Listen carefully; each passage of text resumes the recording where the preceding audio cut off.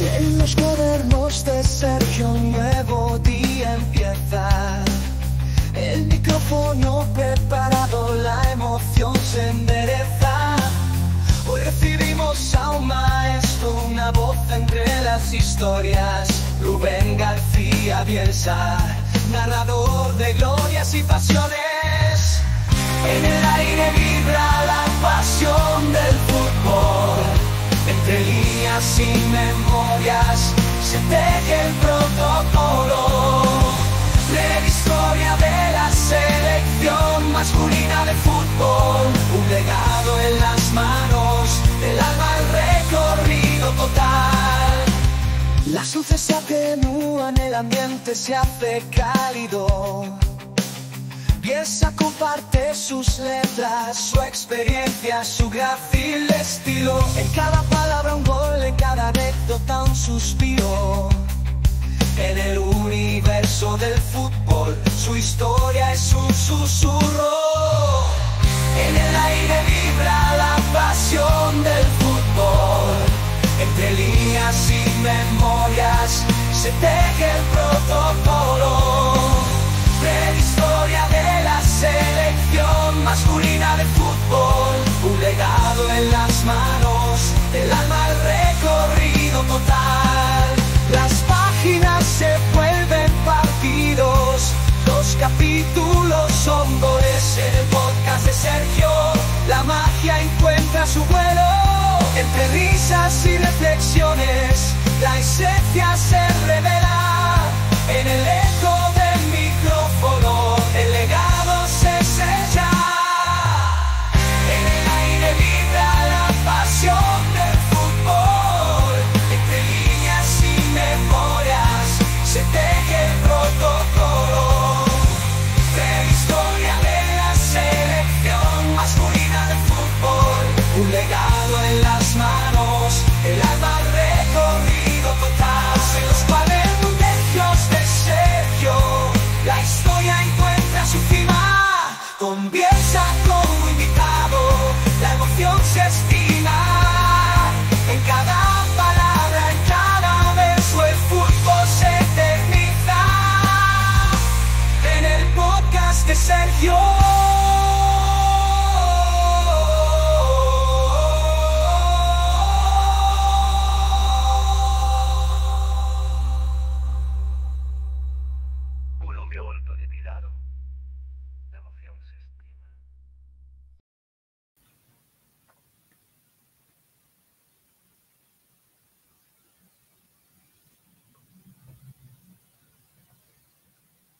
Buenos días a todos, soy Sergio García Ferraz. Buenos días, buenas tardes, buenas noches, que dicen mis amigos que son podcasteros, porque no sabemos cuándo nos vais a ver.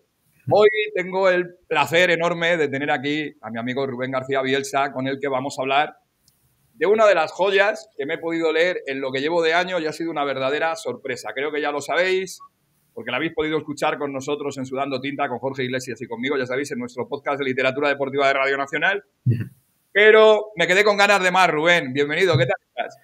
Pues muy bien, estoy muy a gusto y yo siempre lo digo, si alguien me invita a hablar de fútbol, pues mira, peores cosas hay en esta vida, eso estoy muy seguro.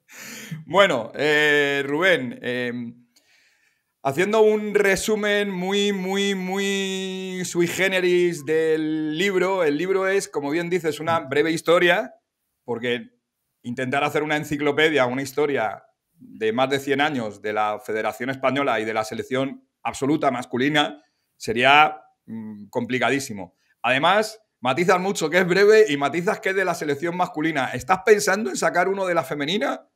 Pues la verdad es que es algo que ya se me propuso desde la propia editorial. O sea, porque claro, yo cuando empecé a escribir esto, pues ni la selección era tan potente como ha sido en estos últimos años.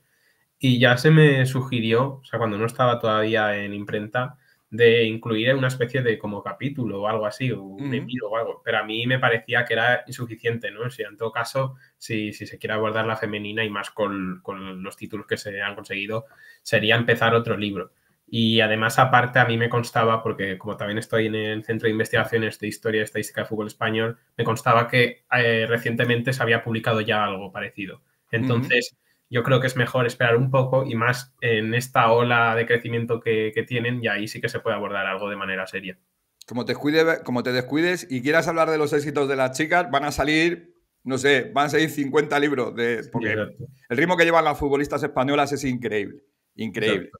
Bueno, hablando de tu libro, evidentemente hay una parte muy especial con los éxitos recientes que hemos vivido todos, también los más jóvenes, pero tú no te has plantado en decir, bueno, la federación y la selección española absoluta empezaron allá por el año 92, cuando se ganó en... No, ni te has olvidado del título en la Eurocopa del año 64, pero es que tampoco te has olvidado de aquel formidable debut que tuvo, aquella puesta en escena que tuvo la selección. Yo creo que es una de las historias más increíbles del deporte mundial. Cuéntanos cómo llega la selección a aparecer en el panorama internacional, cuál es su primer evento y qué pasa allí. Sí, pues la verdad es que España, pues como la revolución industrial y como en cualquier otra faceta de la vida, pues tenía cierto atraso en lo que venía a ser el fútbol, ¿no? O sea, solo hay que ver por ejemplo, el partido de Escocia-Inglaterra, el primero de selecciones, que se jugó en 1872, la Liga de Inglaterra en 1888, y sin embargo aquí, hasta inicios de 1929, no empezamos a tener una liga y de selecciones más o menos parecido. Entonces ya llevábamos un atraso no de una década, ¿no?, sino de varias. Y sin embargo, también no era porque algunos españoles no quisieran tenerlo. De hecho, hubo hasta una escisión, un cisma de dos federaciones, llegó hasta la Real Unión de Clubes y luego la Federación al Uso. Y incluso la Real Unión hizo un partido en 1913 con jugadores del norte y tal, una especie de selección primeriza, pero no se ponían de acuerdo y desde la FIFA les decían que, oye, que aquí España tiene que ser como una, si no nos dejamos participar ni en las canicas, ¿no? Entonces, al final se tuvieron un poco que poner de acuerdo entre todos, ¿no? Eso también muy típico español, ¿no? Primero nos tenemos que poner de acuerdo entre nosotros para luego ya intentar ganar al resto de países. Y pues con los Juegos Olímpicos en el horizonte de 1920, que para quien no lo sepa, antes, cuando no existían los mundiales y mucho menos las Eurocopas, pues los Juegos Olímpicos era el mejor sabor de boca futbolístico que te podías llevar en lo internacional. Entonces, pues aparecieron eso, en vez de 1920, hasta ese momento los Juegos Olímpicos, el fútbol en los Juegos Olímpicos tampoco había sido muy importante, pero ya estaba adquiriendo un cariz, la verdad es que muy relevante. Y ahí es cuando consiguen formar un equipo que también costó, y esto también lo cuento en el libro, porque al principio que si el Barcelona decía no, que vamos nosotros, decimos que somos una selección española, pero va a ser de facto y de jure, va a ser el FC Barcelona. Los vascos que dicen, bueno, pues para que vayan los catalanes vamos nosotros. O sea, no se planteaban como lo de ir juntos, ¿no? Era un poco una utopía lo de ir juntos. O vamos nosotros o vais vosotros, pero juntos no. Mira que me suena eso de algo, ¿eh? Mira que me suena. Sí, y luego ya, si a eso le sumas al entrenador Paco Bru, que dijo, vale, hacemos una selección, pero a mí no me gustan los madrileños, no va a ir ni uno. También pasa, o sea, también pasa. Sí, cada uno iba con una sentencia, pero bueno, al final yo creo que ya tuvo mérito, mucho más allá de la plata, lo de poner de acuerdo a tanta gente tan diferente para ponerse una zamarra roja y irte a Bélgica a jugar. Entonces, eso, en ese inicio dices, es que esto no va a ir a ningún lado, ¿no? Nos van a eliminar de primera si es que llegamos a presentarnos, que igual perdemos las maletas por algún lado y ni llegamos a cruzar la frontera con Francia. Y sin embargo, pues yo creo que también ese carácter de España de ir un poco de cenicienta fue lo que también les sirvió para luego jugar como jugaron, ¿no? A fin de cuentas sorprendieron a propios y extraños, empezando, por ejemplo, por Dinamarca. Y yo creo que también se lo fueron creyendo, a la vez no perdieron su esencia, y también cuento muchas anécdotas en el libro, pero hay otras, por ejemplo, una que creo que no llega a contar, que era que en Bélgica hicieron como una especie de entierro de pagaza, que es bastante famoso. O sea, entonces un jugador se hizo el muerto y lo pasearon por Bélgica por ahí y revivió. Se cuentan las crónicas que revivió en el primer bar. Entonces, y con ese estilo, pues mira, consiguieron llegar a base de goles y de furia, ¿no?, que se dice, consiguió llegar a esa plata, y para España fue un éxito como si se hubiera ganado, ya que de primeras besar ese santo era algo inigualable. Llegas y dices, sus campeones nada más llegar. Sí, mira, esto para mi amigo Suárez, para que veas que tenemos tradición de sus campeonatos aquí. Por cierto, dices ese debut en Bélgica, a mí me toca mucho porque el año pasado decidí que iba a seguir un equipo belga Yo pensé que era un equipo que acababan de fundar, pertenece a la estructura del Brighton, del equipo inglés en este momento. Yo dije, ¿estos chicos de dónde habrán salido? Estos señores del Unión Saint-Gilloise, que veis aquí, el equipo de Víctor Boniface el año pasado, el equipo de Salva, de uno de mis amigos de mi canal, de Sergio y compañía. Estos señores del Saint-Gilloise no lo saben, pero estos tíos fueron nuestros anfitriones en el debut de la selección española. Eso tuvo que ser la leche. Claro, sí. Te plantas allí y dices, ¿dónde jugamos? En el campo de esta gente. Podían poner una placa, un algo allí. Aquí debutó la selección española. No sé.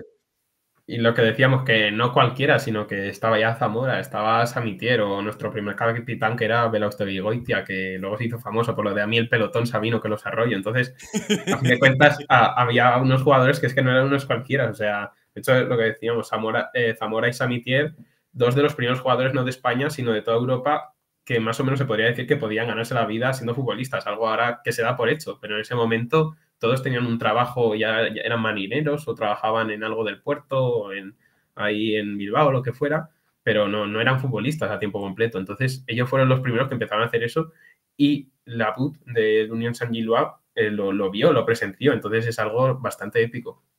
Y tanto. Bueno, tenemos la poca fortuna de que uno de los primeros grandes jugadores de fútbol en todo el planeta, sin ser inglés, que era Ricardo Zamora. Ricardo Zamora, ahora nos parecería imposible, pero Ricardo Zamora pasa por el Barcelona, por el Español, y luego por el Madrid, que es donde acaba siendo ya una cosa extraordinaria, un tipo que... Samitier igual, Samitier está en el Barça, se va bien con Bernabéu, le dijo, vente para el Madrid, y al Madrid que se fue. Y al Madrid que se fueron. Y no pasa nada. O sea, a mí el año, a raíz de esto, me lo decía, porque claro, a mí esto también me era muy llamativo. Y me decía que es que él cree que antes no se tenía esa rivalidad más allá del odio, ¿no? O sea, antes era más de, bueno, Madrid-Barcelona, pues ahora me quiere Madrid, pues me voy a Madrid, que es otra ciudad muy grande, ¿no? O sea, no estaba esa concepción del que dirán, ni mucho menos, ¿sabes? Y luego ya, obviamente, pues todo ha evolucionado hacia otros lares, pero de primeras es bastante curioso ver esas primeras leyendas de España. Hablabas de Zamora, de Samitier, de Quincoces. Esta gente viene, se presentan, quedan subcampeones olímpicos. Las siguientes dos ediciones son dos fracasos, 24 y 28, por distintas razones, ¿verdad? Sí, precisamente también un poco porque lo que habían conseguido humildemente, por así decirlo, pues ya se vinieron arriba, ¿no? Algo muy español también, ¿no? Diciendo, la próxima ganamos de 4. Sí, vamos a ganar de 4, vamos a salir todavía más de fiesta y claro, luego ya te llegan los trompicones por ahí, pero bueno. Y luego nos plantamos en el debut de Jules Rimet, el presidente de FIFA, que decide, esto de los Juegos Olímpicos está muy bien, pero los Juegos Olímpicos tiene un pequeño contratiempo. Los Juegos Olímpicos, cuéntanos Rubén, porque como bien decía el barón de Coubertin, hay que mantener el deporte como deporte amateur, es decir, los que cobraban por jugar a el deporte que fuera, que eran todos, pues había algunas categorías donde tenían un tratamiento amateur y había otros que tenían un tratamiento profesional. El fútbol se consideró que tenía un tratamiento profesional y eso también nos jugó en contra nuestra. Sí, exacto. Y a mí eso me parece muy, muy curioso porque si lees crónicas, o sea, igual como ahora que se habla de la burbuja de los fichajes, el dinero saudí y demás, pues lees las crónicas de 1920 y ves esa misma problemática pero con lo del profesionalismo. A fin de cuentas, las dos cosas convergen en un punto y es que van a matar el fútbol, ¿no? Esa famosa frase, está matando el fútbol. Y es que a ellos les parecía que cómo podía eso profesionalizarse, ¿no? O sea, el deporte tenía que ser pedagógico, tenía que ser diversión, tenía que ser algo no tan extremo como llevado a voy a vivir de esto. Y eso incluso los que llevaban el COI, lo de los Juegos Olímpicos, pues les parecía que tenían razón, e incluso en 1928 como que se impuso, ¿no? Lo de que tenían que ser jugadores amateurs los que llegaran. Entonces España hizo caso y pues trajo a jugadores de la Arenas y demás, pero no para nada era el Zamora, por ejemplo. O sea, de portero estuvo Jauregui, por eso digo, de Arenas. ¿Y qué pasa? Que va un poco de polémica porque echa la ley, echa la trampa, ¿no? Algunos otros países decían, no, este es amateur y luego era un deportista profesional. Está también lo conocido como el amateurismo marrón, que viene a ser esto de que supuestamente jugabas un poco por amor al arte, nunca mejor dicho, pero luego bajo mano te pagaban, ¿no? Claro. Entonces, por eso digo que el ser humano es muy así, ¿no? Echa la ley, echa la trampa y siempre había ese juego. Pero, como digo, a mí me parece muy curioso de que ahora con lo de la burbuja de los fichajes de los millones o eso, pero al final siempre ha habido algo en cada generación donde se creía que el deporte se iba a tomar viento. Pero es que además te das cuenta leyendo tu libro, me di cuenta yo, tú cuando lo escribías me imagino que también, pero yo me he quedado sorprendido porque si sacas algunas de las declaraciones y algunas de las situaciones que tú pones en los 3 o 4 primeros capítulos, si las sacas de contexto y lo pones a día de hoy en cualquier periódico, parecen titulares del día de hoy. O sea, se van a cargar el fútbol es uno de ellos. Sí. El de, por ejemplo, no el de la rivalidad, sino el de por qué jugadores que no habían nacido en España, pero que tenían algún tipo de arraigo, podían jugar con España. Exacto. Esa variación de un futbolista que venía de fuera y al que miraban mal, aunque fuera nieto de españoles, sí, pero había jugado fuera. No, jugadores que cambiaban de selecciones. Y decías, pues parece que han pasado más de, bueno, en este caso, más de 100 años. Y la situación no ha variado mucho. El ámbito de la Federación Española, ya hemos visto que en su fundación, cuando yo creo que es también era una muy buena manera de dar a conocer a España a nivel internacional. Ya sabemos que el rey Alfonso XIII se implicó con el tema del deporte de una manera extraordinaria. La Real Federación Española de Fútbol tiene el tratamiento real precisamente por eso. Pero es que ha pasado un siglo y seguimos con movidas, y las movidas de la federación ahora son también de otra índole, pero estamos en una situación donde FIFA y UEFA quieren intervenir por estas cosas y dices, pues parece que el mundo del fútbol está en un bucle eterno. Sí, exacto. Y otro también que me da mucha atención, que esto ya lo desarrollé más en mi trabajo de fin de grado, es que, por ejemplo, Excelsius, un periódico vasco que en ese momento era del deportivo, era pues lo más. Pues también cuando lo de la guerra civil se preguntaba ¿cuándo va a volver la temporada? Y eran unas frases que tú las lees en 2020 y dices, es que me está hablando de la pandemia. O sea, claro. Era muy curioso, solo que una cosa era un conflicto bélico y esto la pandemia, pero al fin las frases eran las mismas. Dice, ¿cuándo va a volver el fútbol? Esto no se ha vivido nunca, ¿cómo se va a parar la temporada? Y es curioso cómo eso, con cualquier tema, pero el ciclo se repite. Es tremendo. Bueno, nos perdemos el primer mundial, el de Uruguay, no había parné, claro. Volviendo a la terminología, un viaje que quiere a Uruguay, aquello es costoso, la situación no está muy bollante, nos perdemos nosotros y el 80% de las selecciones europeas. Eso, hay que tener en cuenta que el Mundial no es como ahora, o sea, a nadie se llevó tampoco las manos a la cabeza, por así decirlo, era un torneo que aparecía ahí, pues igual como el primer año de la Conference, ¿no? Para la actualidad, pues dices, a ver cómo va a evolucionar esto, que igual luego desaparece en 5 años. O sea, no hay que verlo como ahora, como decir, joder, es que no quisimos ir a un Mundial, como si fuéramos sobrados. No, tampoco es eso. O sea, hay que verlo todo, como siempre digo, desde un carácter no presentista. O sea, tenemos que retrotraernos a 1930. Bueno, nos perdemos ese y vamos al de Italia, al del 34. Y además somos protagonistas. Sí, protagonistas exacto. De verdad. Cuéntanos. Pues en el 34 tendríamos uno de los mejores equipos que hemos llevado de verdad. O sea, respecto a lo que se podía hacer y lo que realmente se hizo. Solo que en el 34 yo personalmente, yo creo que sí que fue la vez que España ha sufrido más polémica en su contra de verdad. O sea, incluso más que en Corea, ¿sabes? Porque a fin de cuentas lo que se vivió ahí, lo que he ido investigando posteriormente, trasciende lo deportivo y va a lo físico. ¿Y con qué digo lo físico? Pues en los partidos contra Italia, recordemos una Italia donde seguía Mussolini, pues Zamora llegó a acabar con costillas rotas, Quincoces también acabó lesionado, o sea, fue algo muy físico donde incluso no pudieron jugar el partido de replay. No es que hubiera alguna acción polémica, no, es que la gente tuvo que ir luego al hospital, por así decirlo. Y sin embargo, los árbitros había mucha pasividad, o sea, no querían actuar en contra de Italia. E incluso esta anécdota me hace mucha gracia porque metió un gol La Fuente, ¿no? Y se lo anularon, y Quincoces lo decía como diciendo, ¿cómo se lo van a anular si por fuera de juego, si ha hecho la jugada él solo? O sea, ¿cómo puede ser? O sea, y pues eso, pasaron muchas cosas raras. La FIFA al final intervino, yo creo que también un poco por presiones. De hecho, el árbitro ya no volvió a arbitrar en su vida, pero el daño ya estaba hecho. O sea, España la había eliminado a Italia de manera extraña. Luego también en semifinales Italia-Austria, Sindelar, que era el mejor de Austria, también se lesiona en estas circunstancias, y la final contra Checoslovaquia algo parecido, ¿no? Entonces, como que parecía que estaba muy preparado e incluso los propios jugadores italianos tenían miedos a posibles represalias, ¿no? Parecía que todo estaba con un tejemaneje desde arriba para que no pasara nada. Pero esto también, o sea, no es que solo haya pasado en Italia, sino que también podemos decirlo con el Mundial de 82 en España. O sea, el Mundial, la FIFA se lo da cuando todavía estaba Franco, o en Argentina con la dictadura de Videla. A fin de cuentas, la FIFA ha concedido X torneos de una manera un tanto extraña a unos estados que, pues, que tampoco era lo más legítimo posible, por así decirlo, ¿no? Y ahora eso volvió a salir a la palestra con Qatar, pero volvemos a lo de los ciclos, ¿no? O sea, no es que Qatar ahora sea la primera que se lo dan con cierta compra de voto, no, es que esto está pasando desde literalmente los inicios.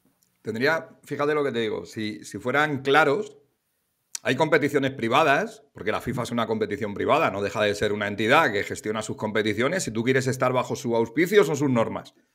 Por eso lo que comentábamos de que pueden incluso amenazar, como estaban amenazando, con intervenir a la Federación Española porque sus normas están por encima de la de los estados. Eso es lo que ellos opinan.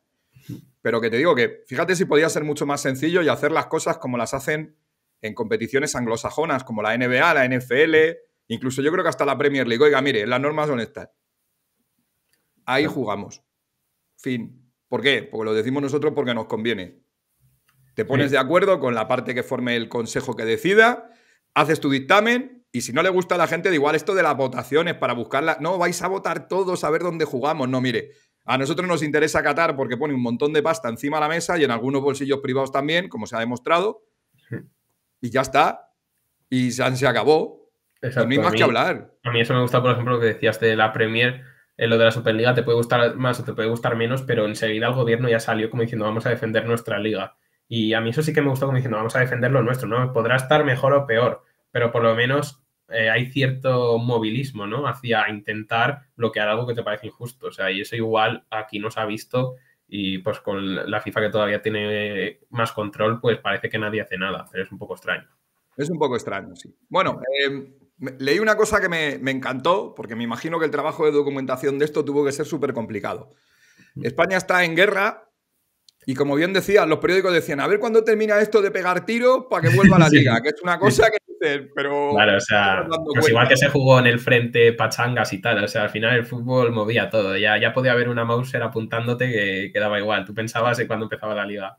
Para que veáis, o sea, que no es una cosa del día a día, pero me llamó la atención porque estuvieron a punto de firmar una tregua en la guerra civil para que pudiera haber un equipo que participara. Sí, exacto, o sea, pero eso fue casi más por parte de Rimet, ¿no? Del famoso Jules Rimet de la FIFA, que claro, que decíamos, aunque se eliminara en estas circunstancias España, se había quedado patente que era una de las cabezas de serie en el 34. O sea, como decíamos, o sea, eras con Quincoces, con Ciriaco, con Zamora. Entonces, era un equipazo. O sea, ¿cómo te vas a quitar a ese país? O sea, ¿cómo vas a presidir de España en un mundial? O sea, le vas a quitar mucho caché. Entonces, pues Rimet intentó tantear un poco, a ver, tuvo unas conversaciones tanto con un lado, con el otro, con las diversas federaciones, a ver si se podía tantear una fumata blanca, ¿no? de la selección, pero claro, España estaba muy, como todo el mundo sabe, estaba muy corrompida. En ese momento era muy difícil que dos bandos se pusieran de acuerdo y más en mitad de la guerra. Entonces, pues eso, igual que en Uruguay en 1930 no se fue, pues en Francia 38 tampoco, pero se puede decir que ambos por motivos extradeportivos, claro. Luego de ahí tuvimos el periodo evidente, ya no solo por nuestra situación después de la guerra, sí, sino también porque el mundo entró en guerra. No vuelve el Mundial hasta el año 50, el famoso Mundial de Brasil, que gana, ¿cómo se llama esta selección que ganó? Sí, hombre, una que es celeste y yo llevo partido el corazón. Sí, hombre, esa, Uruguay, que ganó en Maracaná. Nosotros, bueno, no estuvimos, pero no nos clasificamos como fue en el 54 y el 58, estuvimos fuera, sí, y volvimos ya al 62, aquella primera fase. Leyendo el libro me da un coraje, una pena tremenda haber tenido a dos de los mejores jugadores de la época, de los mejores de la historia, como Lassy Kubala y como don Alfredo Di Stéfano. También tener a otro que tenéis por aquí la biografía y que os recomiendo que os leáis. Espera, voy a girar un momentito el plano. ¿Veis a ese señor de ahí que va con una camiseta de Hungría? Ese señor en su día fue el mejor jugador de fútbol de todos los tiempos. Y ahora, pues puede que no lo sea, porque han venido muchos detrás y tenemos la retina llena de cosas de Maradona, de Messi y de un montón más. Pero ese señor en su día el señor Pancho Puskás, como le rebautizamos, estuvo a la altura. El caso es que hemos tenido a estos tres formando parte de la selección española y ni Di Stéfano ni Kubala llegaron a jugar un mundial con España, y en el caso de Puskás creo que fue una participación también testimonial. Sí, a mí el tema de Kubala y Di Stéfano es algo que diría de mis anécdotas favoritas, porque dos de los mejores jugadores, o sea, que es que no eran buenos, simplemente eran las máximas estrellas, que no llegaran a jugar un mundial. O sea, sí que es cierto que Di Stéfano llegó al del 62 tal, pero tenía lesiones y demás, no llegó a debutar. Pero aquí lo clamoroso fue lo de 58, o sea, que teníamos que jugar una cuadrangular contra tres equipos, una triangular. Y claro, como hemos dicho, teníamos a estos jugadores y a eso añadirle gente. O sea, ¿qué otro equipo te puedes imaginar en la época que fuera mejor que ese? Ninguno. Y sin embargo, se empata con Suiza y se pierde en Hampden Park contra Escocia. O sea, dos rivales que si a día de hoy pues las puedes considerar inferiores, en ese momento todavía más. Entonces ya ni te clasificas. Entonces yo sí que me imagino al cronista de la época, ¿no? 1958, que es la bajona máxima, ¿no? Y dices, no vamos a ganar nada en la vida. O sea, si con esto ya tenemos un equipazo, es que ya ni nos presentamos, o sea, ya ni vamos al Mundial. O sea, es imposible ganar algo. Son cosas de... Sí, no tiene explicación, esto es bastante paranormal, de hecho. Oye, por cierto, he pasado por alto un tema que me hizo mucha gracia, porque yo sabía que más o menos tenía que ver con el utilizar la equipación. En el libro nos cuentas por qué jugamos con los colores, con el rojo y azul, por qué durante años nuestra definición es la furia roja. Luego, evidentemente, cuando vienen otros tiempos, lo de la furia roja se cambia y ahora parece que jugar con furia y jugar... Pero eso ha sido nuestro santo y seña durante 80 o 90 años. ¿Dónde nació aquello, Rubén? Sí, o sea, a fin de cuentas lo de la furia roja ya se puede decir que nació en 1920, en parte porque eso, el entrenador, como hemos dicho antes, le gustaban mucho los jugadores del norte porque los asociaba físicamente muy rudos, muy toscos y ese juego directo que antes se estilaba, ¿no? Sí que había ya otros entrenadores que ya pues jugaban, intentaban un poco más el toque, pero en el caso de Paco Bru pues le gustaba más ese estilo. Y como os he dicho antes, hubo un gol muy famoso de Belauste, que fue uno de los capitanes, que según las crónicas se metió en la portería el balón y dos o tres defensas más. Entonces, claro, eso para los cronistas de otro país les llamó mucho la atención, ¿no? Dice, José, esto parece más rugby, ¿no? O sea, van primero con la cabeza y luego ya si eso ya le dan con el borceguille. Pero entonces ahí nació un poco y bueno, como has dicho, lo de las equipaciones siempre ha sido también, tiene un toque curioso, ¿no? Ya que, pues eso, cuando acabó la guerra, el rojo evidentemente se asociaba al republicanismo y por ende se asociaba a la derrota, ¿no? Al fracaso y al enemigo. Entonces, ¿qué hizo el país? Pues empezó a jugar con azul marino o con blanco en su caso, pero evitaba el rojo y, por supuesto, para nada éramos la roja. Sin embargo, eso sí que es cierto que al poco se volvió a instaurar, porque ya venía de antes y mucho antes que lo de la República y demás, entonces se quiso volver a instaurar. Pero ha sido bastante curioso a lo largo del tiempo y de hecho hay imágenes en blanco y negro, pero que se ve que están jugando con azul, o sea, están evitando el rojo a toda costa. Fíjate lo que son las cosas, ¿eh? Las equipaciones marcadas por la política. Fíjate que no me extraña, pero nada de nada. Pero vas a los días de hoy, ves algunas segundas equipaciones de equipos superpotentes que juegan además con ese factor de identificación, me acuerdo una del Huesca, creo que era, que con la cruz de San Jorge, sí, exacto, que era preciosa, que decía sí, el que te esté viendo que no sepa de qué va esto o que no tengan ubicados al Huesca en el mapa, dirán, ostras, le están haciendo un homenaje a Inglaterra, a Irlanda del Norte o lo que sea, que comparten un diseño similar en alguna equipación, pero dicen, no, mira, esto están jugando con una razón histórica clarísima. Y además la camiseta era una maravilla. Exacto, o sea, es un poco cliché eso de que no tiene que ver la política con el fútbol porque es mentira. O sea, en el momento que el fútbol tiene tanto símbolo de pertenencia, al final adquieres, exprimes otras cosas que tienes por ahí. O sea, es como lo del San Pauli o la Lazio, ¿no? Son equipos que sabes perfectamente de qué lado caen y su afición, e incluso ellos en la forma de comunicar, ¿no? En sus redes se comportan como tal. No se van a tirar piedras a su propio tejado. O sea, en ese momento ya entiendes perfectamente que todo tiene que ver, todo es un sumum. Bueno, luego te quería preguntar, pero antes de que se me vaya, el tema de los formatos de competición que van a estar muy en boga el próximo verano, porque nos van a tener que explicar seriamente cómo se va a organizar la Champions League el verano que viene, porque nos lo explican y nos lo explican y nos lo explican. Y yo, por ejemplo, que estoy al borde del colapso, cuando me lo explican tantas veces, digo, vamos a ver, ¿por qué habéis cambiado este formato? Si funcionaba para ir a este otro, que no sé si va a funcionar. Pero bueno, me llamó mucho la atención el formato con el que se hacía la Eurocopa. Es decir, no había una sede, como estamos acostumbrados años después. Exacto, o sea, era como un poco que jugabas, por así decirlo, una especie de cuartos, jugabas unas fases previas y luego ya ibas a la fase final. O sea, la Eurocopa no es como ahora que están un mes y medio por ahí, de un stage en algún país, ahí hasta si llegas a la final o no. Ahí en ese momento tú lo jugabas, te clasificabas a la fase final, pero técnicamente ya estabas jugando la Eurocopa, era un poco extraño, ¿no?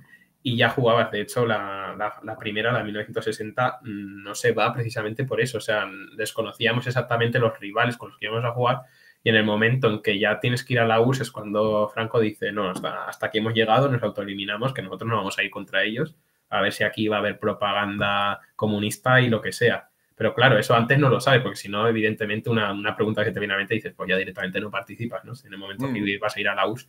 Pero como decimos, eso antes estaba formado así, de que no sabías muy bien hasta dónde ibas a llegar. Entonces sí que ha sido bastante curioso eso y como hemos visto está sujeto a cambios, ir más lejos. Antes en la Eurocopa había cuartos, ¿no? Y ahora ya vemos que hay octavos. O sea, al final yo creo que van a ir metiendo partidos, lo meten un poco a lo Bajini, ¿no? Que decimos. Pero el caso es que haya partidos por todos los lados, que los jugadores sí pueden descansar 20 horas, sí pueden descansar 15, mejor que 20, y partidos a punta pala. Le falta a cualquiera de los gerifaltes que están ahí en las grandes, en FIFA, en UEFA y demás, decir, vamos a ver, si te dejo 20 horas vas a estar 10 por ahí de juerga, hombre, mejor no te dejo tiempo y ya estás solo jugando. Eso sí, cualquier día los jugadores les van a explotar. Sí, cualquier día. Vamos a hablar de nuestro primer éxito. Esto es un detalle que no habíamos caído nadie. No se lo he leído a nadie. Así que enhorabuena. Nuestro primer éxito es en nuestra primera comparecencia internacional, los Juegos, 1920. Pasan 44 años y ganamos un título. Es el primer título internacional que tenemos. Además, la fase final, como bien decías, se disputa en Madrid, con lo cual hay un factor también, no sé si parecido al de Italia, yo creo que no. Yo no he visto a los soviéticos quejarse, pero... Bien. Aquello tuvo que ser una cosa tremenda el saber que era la Unión Soviética el rival que se iba a disputar el primer título que podía ganar España después de aquel de 1920, que no ganamos. En tu casa, con el jefe del Estado por aquel entonces presente y además contra un equipo que era justamente lo opuesto políticamente a la mentalidad de aquella España. Sí, exacto. Y a fin de cuentas, antes de hablar de eso, a mí también otra de mis anécdotas favoritas es cómo se llega a esa Eurocopa, ¿no? Que es con Pepín, con un portero de 1,78. Iba a preguntar después, pero ya me ha hecho el spoiler. Cuéntame quién era Pepín, porque de Pepín no había... A ver, he leído después, pero no imaginé lo importante que fue ese hombre para que España pudiera ganar el título de la Eurocopa. Cuéntanos la anécdota porque es buenísima. Pues en España, como antes hemos mencionado lo de Escocia y demás, pues esto de las fases previas un poco se la atragantaba, ¿no? Y en el caso de Belfast contra Irlanda del Norte, pues pasó algo similar, ¿no? Entonces, ¿qué pasa? Que tenían que ir hasta Belfast a intentar dar la vuelta a un partido que se les había complicado en la ida, ¿no? Y el factor de irte de tu país a tener que decidirte las castañas en otro lugar, pues normalmente a España eso le salía un poco mal. Entonces, claro, se lesionó a Raquistain y entonces tiene que jugar Pepín, que era un jugador que había pasado por equipos, por ejemplo, como Las Palmas y demás, pero no había estado como, por así decirlo, en el escaparate, ¿no? Nacional. No era, por ejemplo... Sí, que Rubén, hay que recordar una cosa importante. Los cambios en el fútbol no se instauran hasta...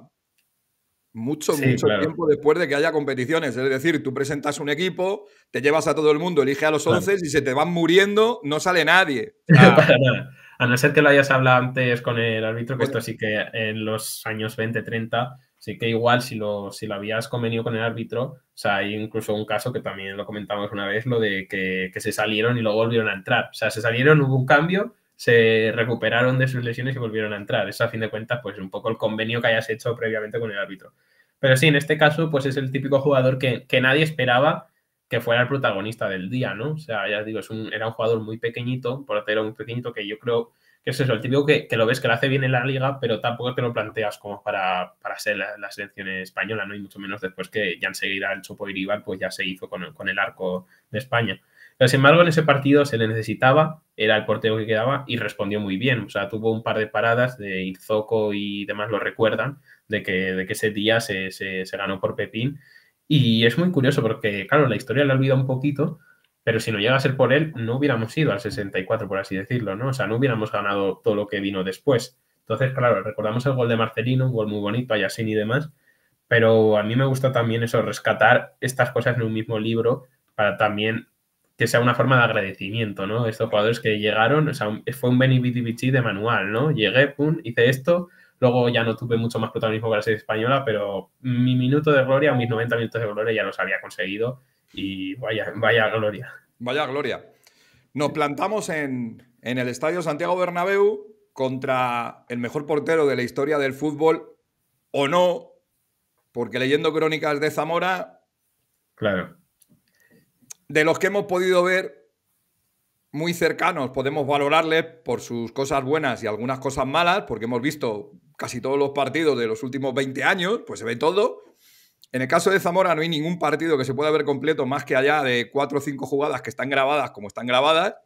En el caso de Yassin hemos visto verdaderas exhibiciones, se decía que era el mejor y parece que era el mejor, y juega contra una selección, la española, que tenía toda la presión del mundo y todo un país detrás queriendo por fin decir, oye, hemos vuelto, estamos otra vez aquí en el escaparate internacional, somos los sucesores 44 años después de aquel equipo que fue subcampeón olímpico.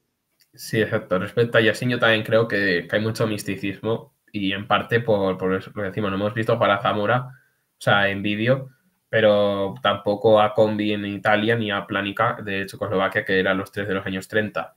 Y yo honestamente me dices, ¿Yassin fue mejor que ellos tres? Pues la verdad es que yo no te podría decir que sí. Claro. O sea, yo creo que ha habido un misticismo muy grande también que se ha ido acrecentando. También entiendo lo del Balón de Oro y tal, que yo nunca tampoco he sido muy partidario de estos premios, porque al final creo que no es solo lo deportivo. Pero bueno, que fue uno de los mejores, sí, pero de ahí a considerar el mejor y mucho menos la mayoría de la gente que lo dice no ha visto ni un vídeo, ni siquiera se ha intentado leer una crónica, por ejemplo, para decir, vamos a ver si es verdad. O sea, entonces hablas un poco de boquilla, que digo yo, y pues eso, no creo que sea lo más correcto. Pero dicho esto, pues sí, obviamente la selección en general de la Unión Soviética siempre ha sido muy potente y en ese momento pues también había esa rivalidad porque venían aquí tras no haber querido ir 4 años antes a España. Y gracias a ese gol de Marcelino, pero también por ejemplo, a Chus Pereda, que para mí fue el que mejor jugó la Eurocopa, un jugador del Barcelona, pues se consiguió eso, la levantó al cielo Olivella, hay una imagen muy famosa, ahí a hombros también Villalonga, Olivella levantando así y tal. Y como dices, o sea, tras la consecución a Villalonga le preguntaron qué tal el premio y tal, y dijo, espero que esto valga para 44 años más, ¿no? O sea, de vamos, que nos dure 44 años la felicidad con lo que hemos sufrido ya. Y es que es muy curioso por lo que dice, porque es que haces la suma de 1964 más 44 y te sale un número muy redondo y muy bonito que todos tenemos en la mente. Sí, pero de eso vamos a hablar más tarde porque ahora nos toca el desierto, lo vamos a pasar corriendo, con mucha agua, corriendo.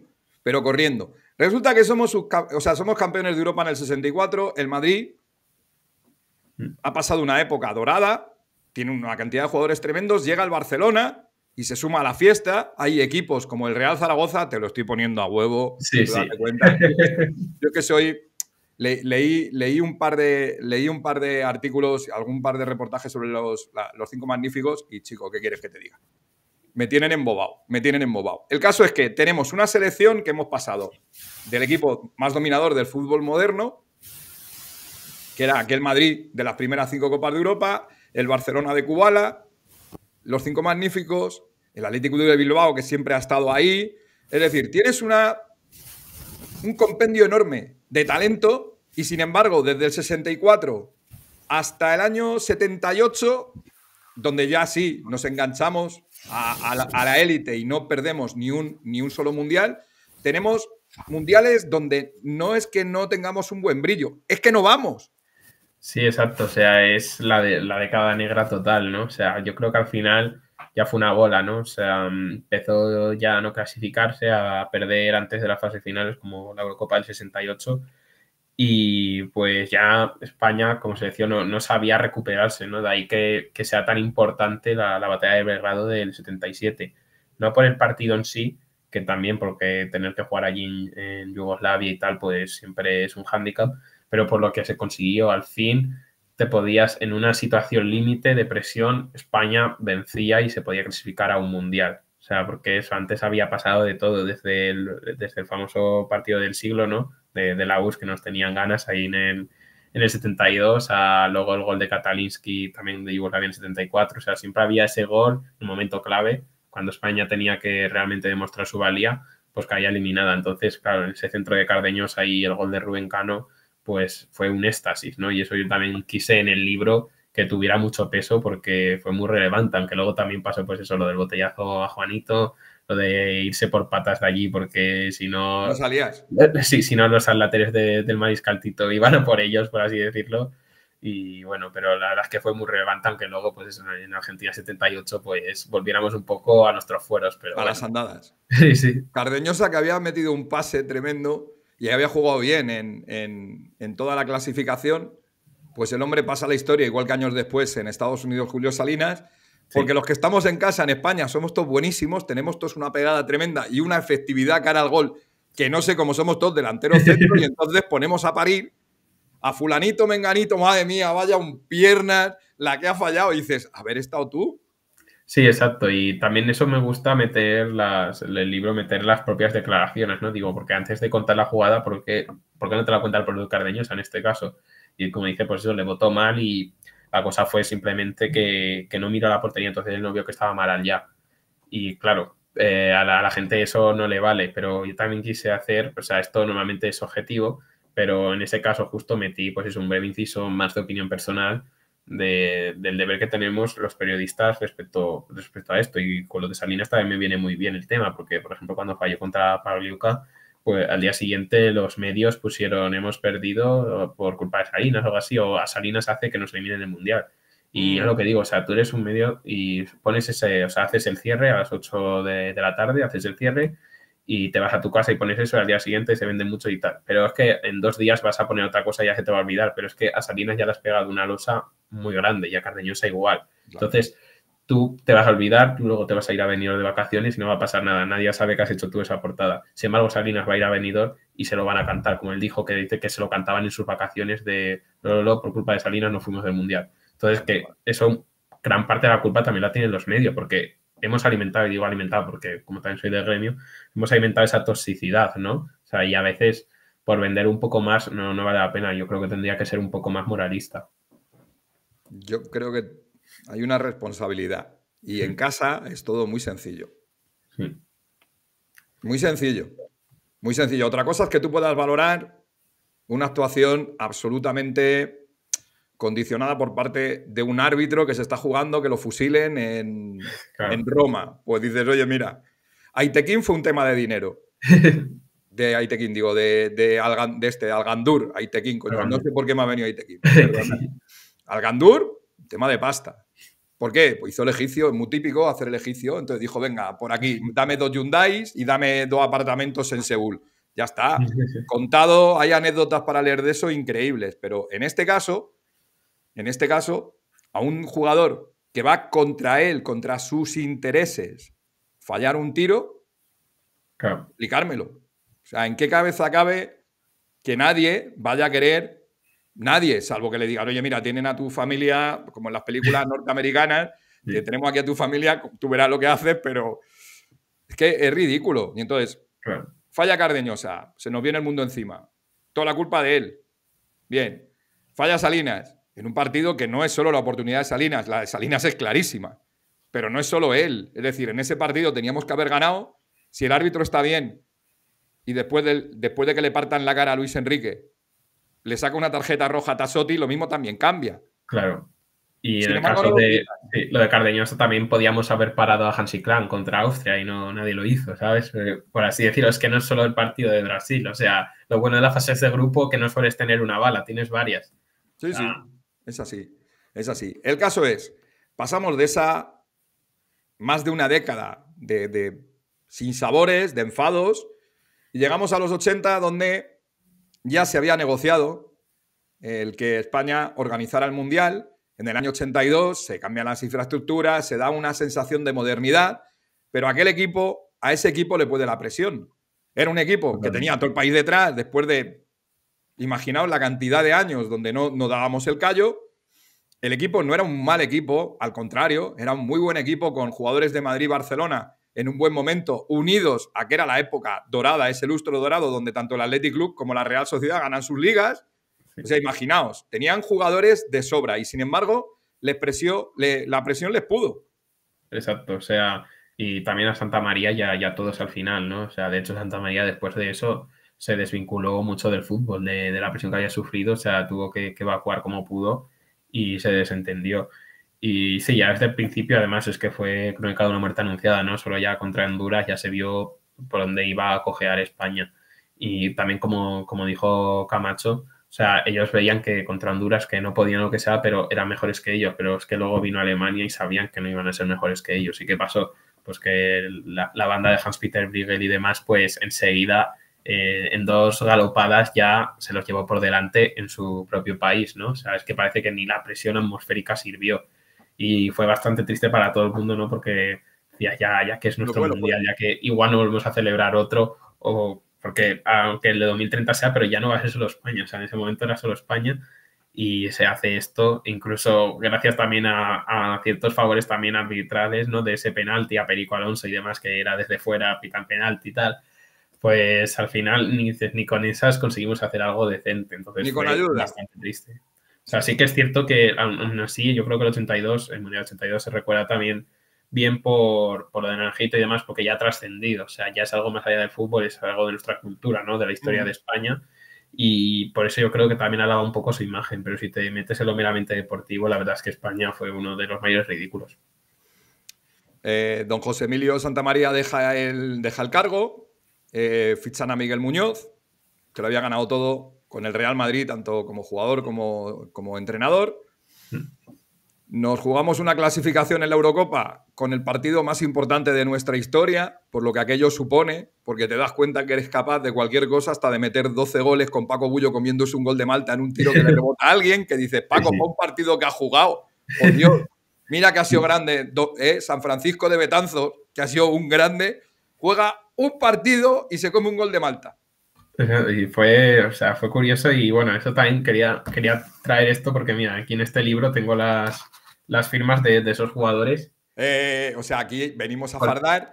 ¿Esto qué es? ¿Esto qué es?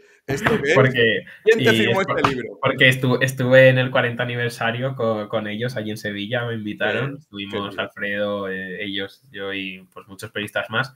Y Sí. pude presentar también ahí mi libro y la verdad es que estuve hablando con ellos y tal y me contaban historias y era muy curioso, ¿no? O sea, de cómo algunos se lo creían, otros decían, va, ni de coña, ¿no? Vamos a conseguir meter 12 goles, o bueno, 11 y luego 12. Y sin embargo, mira, se consiguió y escapando también de todos esos rumores, ¿no? Que luego los malteses algunos también propagaban, ¿no? De que había sido un poco ahí, un poco de amaño. Y hay alguna crónica también que ponía que los malteses decían, va, como mucho nos meterán 5. O sea, ellos ya partían de que les iban a perder, entonces como mucho nos meterán 5, pero no van a meter más. Y mira, al fin, 12-1 y un poco como lo de la batalla de Belgrado, ¿no? Lo que significó más allá del partido en sí es de decir, joder, pues, otra vez un momento de presión, veníamos de lo del 82, o sea, teníamos que hacer algo sí o sí y lo conseguimos, ¿no? Y encima en este caso sí que se hizo un muy buen papel en la Eurocopa del 84, lástima por la final, pero se hizo un muy buen papel. En el momento que llegas a pasar todas esas fases, también vences a Alemania, con que eso, vencer a Alemania era también, lo digo, el sumum, ¿no? Como España podía Cruzar el entrar allí. Rubicón, se dice. Claro, o sea, cruzar el Rubicón y ya atacar Roma directamente, o sea, Tal era cual. algo increíble. Y entonces, pues claro, esos 2 años fueron algo impresionante y sobre todo lo que necesitaba España para lavar la imagen del 82, porque si no podían haber caído en una bola como lo del 70 y propagarse hasta los 90 y largos. Año 84, sus campeones, con el único que no fallaba, porque no pasa nada, tenemos arconada, pero aquel día don Luis María pues no tuvo su día. Le pasó un balón por un sitio que dice, si el balón tiene a alguien controlándolo ahí en plan teledirigido, yo creo que es la única manera de que entre, porque no había hueco humano para que pasara, pero pasó. Sí. Platini. Sí, y aún así lo digo que yo si tuviera que hacer un compendio, si me tuviera que hacer unos seleccionados de todos, yo me llevo a Casillas de titular, pero me llevo a Arconada también. O sea, son mis 2 porteros seguros. O sea, eso yo creo que ha sido mejor, y igual que le pasó esa, igual, hay en otras y en el libro se ve que salvó 1001. O sea, Sí. también por sus reflejos, su agilidad, y es triste, sobre todo, te da pena por él, ¿no? O sea, Claro. Dices, vale, hemos perdido, pero joder, qué rabia. O sea, un líder como él, que le haya pasado a alguien que es de los mejores también de la historia. Bueno, año 84, agua como en los barcos, y ahora nos vamos a México con la Quinta del Buitre, ahí, recién llegados, con don Emilio, que dijo, voy a tocarme una ranchera, se mete 4 goles en uno de esos partidos locos, otra vez contra Dinamarca, como en la primera comparecencia en 1920, los daneses nos deben tener ya una manía. Sí, nos deben tener un asco tremendo. O sea, si haces deben un poco tener de asco, pero tremendo. Sí. Tremendo. Y sin embargo, no nos sirve, porque otra vez, en una tanda de penaltis que empiezan a ser nuestras particulares bestias negras, ya no es tanto el rival, como hemos tenido años con Yugoslavia, como por supuesto con Italia al principio. No, aquí la bestia negra son o los cuartos con penaltis. Porque se va a ir repitiendo lo de llegar a una tanda de penaltis y decir, madre mía, ¿dónde vamos?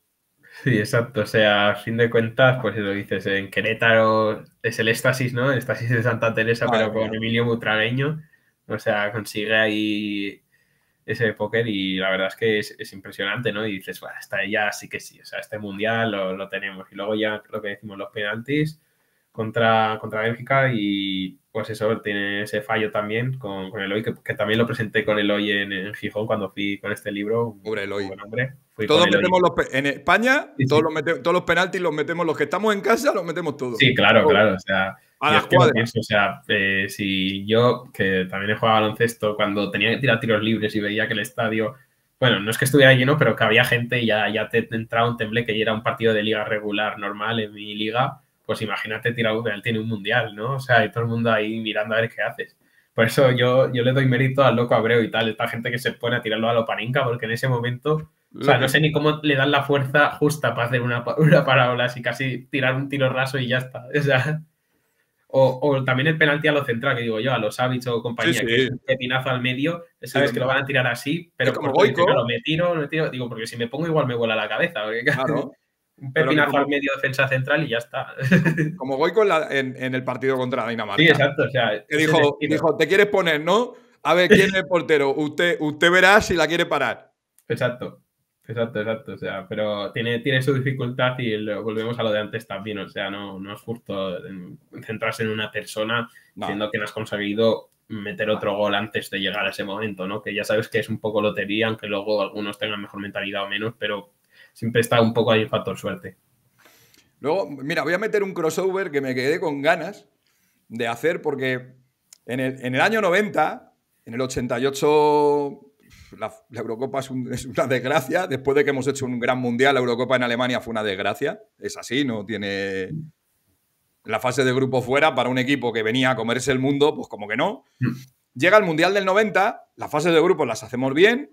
Llegamos en el 90, otra vez nos vamos a comer el mundo, mal inicio contra Uruguay, una fase de grupos, bueno, te metes y te toca todavía la selección de Yugoslavia, que ya sabéis que todavía no habían entrado en guerra y jugaban todos con bandera unificada.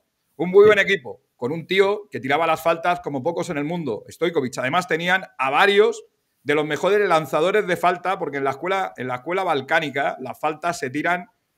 Dicen que los brasileños ni hostias. O sea, a mí dame un lanzador serbio, croata. Dame a Dragan Stojkovic. Vamos, a mí me pones a Dragan Stojkovic y soy el portero y le digo, bueno, ir sacando, ni tires, tío, déjalo, porque, bueno, pues aquí tenían a un jugador buenísimo, y enfrente tuvimos a un árbitro que, por eso el crossover, del que en el capítulo que tendréis, o que ya tenéis, si es que habéis visto este después, del libro de Nacho Azparren, el maravilloso libro de Nacho Azparren, El mítico Oviedo, hay un personaje en la historia negra del Oviedo el mayor enemigo no es Skurabi, que es el que les elimina, sino el árbitro alemán Aaron Smidhuber, que fue el que nos pita en ese partido contra Yugoslavia y que luego, después de esto, es el que pita la final de la Champions en Wembley. O sea, era un árbitro que estaba bien considerado, pero leyendo la hemeroteca te encuentras con unas declaraciones después de una eliminación del Atlético de Madrid a manos del Parma italiano, donde Jesús Gil, que fue sancionado, reconoce que le habían dicho que este tío se había dejado comprar en aquellos partidos contra el Parma, en aquel partido que le cuesta la eliminatoria al conjunto rojiblanco por una cantidad irrisoria del equivalente a 900 euros. O sea, no es que fuera caro. Es diciendo que encima ni fuiste listo, ¿no? Ya puestos Yo, sí. ya sabéis que 900 euros, digo 9.000 euros. Que Jesús Gil tenía una capacidad innata de pisar en lo fregado y de meterse en charcos uno detrás de otro, pero me llamó muchísimo la atención porque era un árbitro que estaba muy bien valorado, pero no tuvo su día contra los yugoslavos y mucho menos tuvo su día en aquella única participación del Oviedo en competición europea en Génova, donde los jugadores del Oviedo estaban convencidos de que este árbitro estaba cegado de alguna manera. Bueno, el caso es, Smidhuber no es él el que tira las faltas, pero nos cuesta la eliminación con Yugoslavia y nos vamos al tercer momento glorioso de nuestra historia, algo que lo cambia todo, que son otra vez los Juegos Olímpicos, otra vez, en este caso en Barcelona, con la denominada quinta del COVID, de la que van a salir muchos jugadores que luego forman el eje, el arranque, si queréis, del tiki-taka, porque sus descendientes directos en el campo son los que años más tarde van a estar levantando las copas como si no costaran. ¿Qué nivel de importancia le das a lo de Barcelona?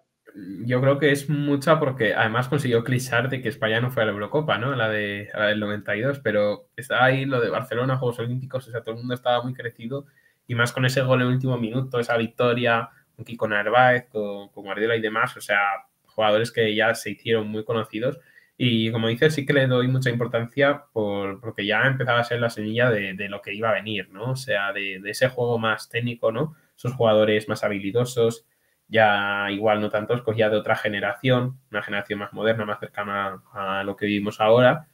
Y por eso sí que le doy bastante importancia y lo quise poner, porque desde los Juegos Olímpicos de los años 20 no lo estaba tratando en el libro otra vez, en parte porque eso, el fútbol pues había perdido cierto protagonismo, pero este sí que lo vi muy relevante para lo que podía venir y en efecto y a la vista está de que muchos no se han quedado por el camino, sino que siguieron y son totalmente conocidos, incluso alguno pues eso ahora es entrenador y tal, pero que sigue estando ligado al fútbol, entonces era muy relevante.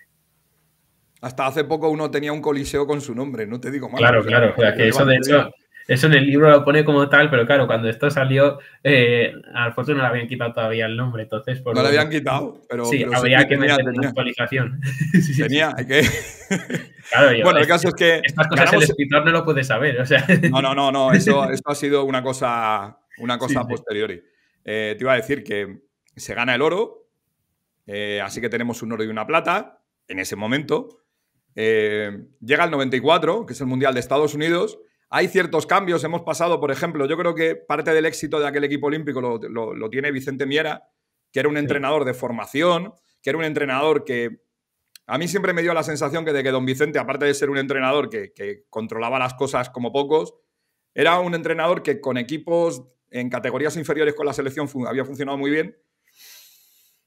Y luego no tuvo tanta suerte cuando dio el salto al equipo, claro, al primer equipo, al equipo español, a la selección masculina absoluta, pero no me digas por qué, damos un cambio de guión, ya estamos en época de Ángel Villar, y Ángel Villar contrata a un tío como Javi Clemente, que como estudioso del fútbol no creo que haya nadie que dude de que es un gran entrenador, pero que le falta mano izquierda, no, es que ni se lo plantea. Javi Clemente provocó una guerra en los medios de comunicación a un nivel, evidentemente lo que habéis visto en los documentales que os hablan de la guerra en las ondas entre el grupo Prisa y José María García, aquello utilizaron a Clemente como muñeco del pim pam pum porque Clemente y García eran íntimos, de hecho se habla de que García es el que, bueno, propone que sea el seleccionador y eso hizo que el otro bando mediático pues estuvieran dando golpes a Clemente merecidos posiblemente, pero me parece que excesivos.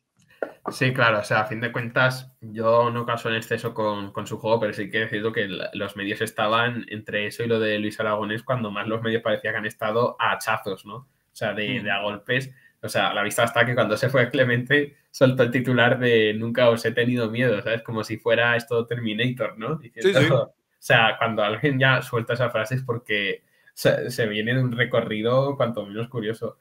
Y pues eso sí, hubo ciertas polémicas, pero la realidad también es que Clemente en las fases previas solía arrollar, o sea, clasificaba igual que antes España tenía tantos problemas, con Clemente había bastante solvencia, pero ¿qué pasa? En los momentos de la verdad la gente pues no le gustaba de que se llegara a salir, por así decirlo, con 6-7 defensas, ¿no? Que luego estuvieran repartidos en el medio, fueran un pivote que solidificara la defensa y tal, pero claro, eso luego no gustaba y si encima no acompañaban tampoco los resultados, pues era cuando más hachazos podía pegar. Y volvemos un poco también a lo de antes, lo de la prensa, ¿no? A fin de cuentas, si esta toxicidad les interesaba, como interesa ahora a golpe de clic, pues van a seguir haciéndolo, ¿no? Es un poco cómo funciona este mundillo.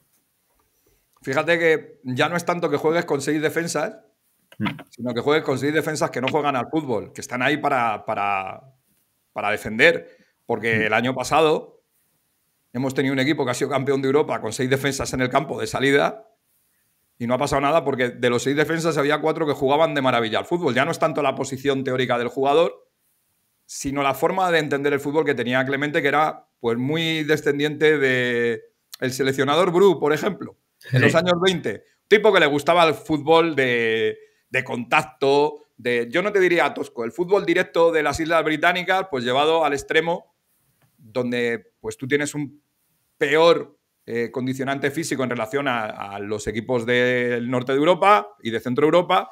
Lo juegas por talento, lo juegas por otra cosa, otras señas de identidad que te dan que en tu país la mitad es verde y maravilloso y la otra mitad no es tan verde y es igual de maravilloso y que se juega de forma distinta en el norte que en Sevilla, por poner un ejemplo. Clemente le iba a otro rollo. Le iba mucho lo de Bruce, yo no le llegué a escuchar, a mí me gusta que solo yo vayan vascos, veía la convocatoria y me decía, pues debe ser que los de Madrid le caemos mal a don Javier. Debe ser. Los ciclos, estamos hablando de los ciclos todo el rato, los ciclos siempre vuelven. Sí, es así. Al final, pasan los años de Clemente, tenemos situaciones, pues eso, de demasiado estrés. El Mundial del 94 lo condiciona aquel partido con Italia, nuestra gran bestia negra. Aquel partido tenía que haber terminado mucho antes. En la Eurocopa del 96 tenemos aquel partido contra Inglaterra, anfitrión, que tenemos ocasiones de poder haber ganado el partido y lo perdemos, otra vez de mala manera, otra vez de forma triste. Llegamos al 98 en Francia y tenemos a otro estandarte. A mí no me parece que sea del nivel ni de Iker, claro, ni de Arconada, ni de Zamora. Yo creo que no. Pero que Andoni Zubizarreta ha sido un grande de la historia de la selección española, de eso no tengo ninguna duda. Estuvo muchos años aparte, o sea, a la vista está. Pero aquel partido con Nigeria tenía un gran equipo, pero no se les valoraba porque era una selección africana. Claro. Hasta aquel momento únicamente Camerún en el 90 había dado muestras de tener un nivel y anteriormente, claro, en un fútbol antediluviano ha habido alguna selección que lo ha hecho bien. Pero nadie daba un duro por los nigerianos y al final los nigerianos pues te ganan y te vas para tu casa. Exacto. Te vas para tu casa triste, con la sensación de que sigue la guerra. Clemente además va a prolongar más tiempo su estadía al frente de la selección. Hasta que llega el cambio drástico. O sea, la Eurocopa del 2000 es otra... Pues eso. Sí, Alfonso. Alfonso, como decía Héctor del Mar, que en paz descanse. Alfonso Pérez. Alfonso, ¿cómo te queremos, Alfonso? Alfonso, casi nos das un infarto, Alfonso. ¿Cómo no te vamos a poner un coliseum? Qué locura de partido, precisamente contra Yugoslavia, que todavía jugaba como Yugoslavia, pero ya no era Yugoslavia. Sí, ya se estaba valiendo. De hecho, hasta 2006 Serbia sigue jugando con Montenegro, pero no con sus insignias y tal. O sea, todavía estaba una cosa light. Seguía teniendo tiradores de faltas para parar un tren, claro, pero no era lo mismo. Faltaban los croatas. Sí, cada vez que pasaba algo se iba desmembrando. Era un poquito menos, claro, porque cada vez un país se quitaba, ¿no? Claro. Sí, pero aún así, pues algunos periódicos decían, o sea, desde Malta no habíamos vivido esto, ¿no? Como el día del estadio de Heysel con el gol de Alfonso. Qué locura. Sin embargo, sí que es verdad que luego, pues otra vez vuelve a llegar también Francia, que es otra vieja conocida, la vecina, y con ese penalti también de Raúl y nada, ¿no? También esa famosa imagen de Raúl mirando al cielo tras tras haber fallado el tiro, pues también todo el mundo lo recuerda, ¿no? O sea, es una más que se añade a los largos anales que ya íbamos arrastrando. Bueno, cambiamos de preparador, apostamos por José Antonio Camacho. Con José Antonio Camacho, pese a su clara vinculación con el Real Madrid, hay bastante menos tensión que con los anteriores. Yo creo que también, porque evita también un poco, o sea, no era igual quizás tan revanchista, ¿no? O sea, evitaba un poco ese enfrentamiento, igual, excepto puede que algunos días no tanto, pero igual Camacho quería también mantener Clemente, su posición, entonces llevaba más la fricción, ¿no? El choque, entonces Camacho yo creo que pudo ser más dialogante a la vista hasta el día del Mundial de 2002, ¿no? Cuando para esa famosa imagen que para Helguera, porque Helguera parecía que iba a pegar un cabezazo a alguien y demás. Entonces, claro, él en ese momento también lo dijo que quería como un poco preservar las carreras de todos, ¿no? Porque a ver si de aquí vamos a salir todos con la perpetua. Entonces, sí, pues igual eso le favoreció. Salimos de allí con la sensación de que nos han robado, la convicción absoluta de que nos han robado, de que nos han hecho el egipcio. A los italianos se lo habían hecho en la ronda anterior. Sí, eso iba a decir, con los italianos. Por una vez, italianos y españoles se daban así la mano, se abrazaban. Decían, ¿pero esto qué es? Mirad, esto es lo que nos habéis hecho en el 34. Lo mismo. Sí. El caso es que José Camacho, que tuvo una muy buena selección, podían haber llegado a semifinales, tendría que haber sido el objetivo, y en semifinales, oye, te podía haber tocado un cruce, como les tocó a los coreanos, pues te sale un mal partido, pero ya estás peleando por quedar entre los 4 primeros. Es un éxito después de un montón de años. Pero no se da. Llegamos a la siguiente evolución, que es retomar esto con Luis Aragonés, que es el momento clave de que esto cambie de una dichosa vez, porque Luis Aragonés era un entrenador que había pasado por tantos equipos, menos el Madrid, de los grandes, que tenía cierto consenso, no solo por la prensa, te digo en el inicio, por la prensa y por los clubes. Es decir, Luis Aragonés había estado en todos los lados, todo el mundo sabía que era un profesional del fútbol, que lo iba a hacer lo mejor que pudiera, que le había sacado rendimiento a equipos que era milagroso lo que llegaron a hacer con él, que evidentemente como Atlético pues tenía unas señas de identidad, pero que era un tipo que incluso al madridista, por ponerte un ejemplo, no había esa tensión que sí había pasado con otros seleccionadores. Sí, exacto. O sea, en 2004 con Sáenz nos hace bien, entonces ya llega él y él ya impone el estilo, ¿no? Para empezar, dice lo de la famosa frase de quiero hacer una identidad, ¿no? Quiero que se nos conozca como la roja. Y a partir de ahí a trabajar, ¿no? Y es lo que dices, al inicio bien, pero luego ya como enseguida empezó a aplicar su método y ese método pasaba por dejar fuera a Raúl, ¿no? Pues claro, ahí empezó lo de la persecución, ¿no? Y ya muchos jugadores después en documentales también han dicho de que la persecución que se hizo a Luis era injusta, ¿no? Todas estas cosas se suelen decir siempre a toro pasado, ¿no? El toro cuando ya está en el matadero, pero bueno, el caso es que fue un hecho.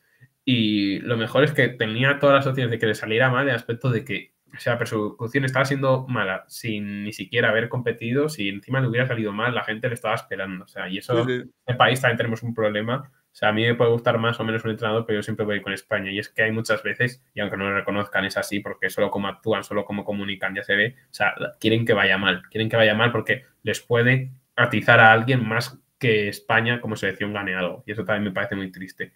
Pero bueno, en este caso, Luis Aragonés demostró que sabía lo que quería hacer, lo interpretó muy bien y nos llevó a nuestra primera victoria e incluso aquel famoso partido en Arús, que por cierto estuve el año pasado en Arús porque quería visitar ese estadio, donde se dan 26 pases, si mal no recuerdo, antes de meter el gol de Ramos.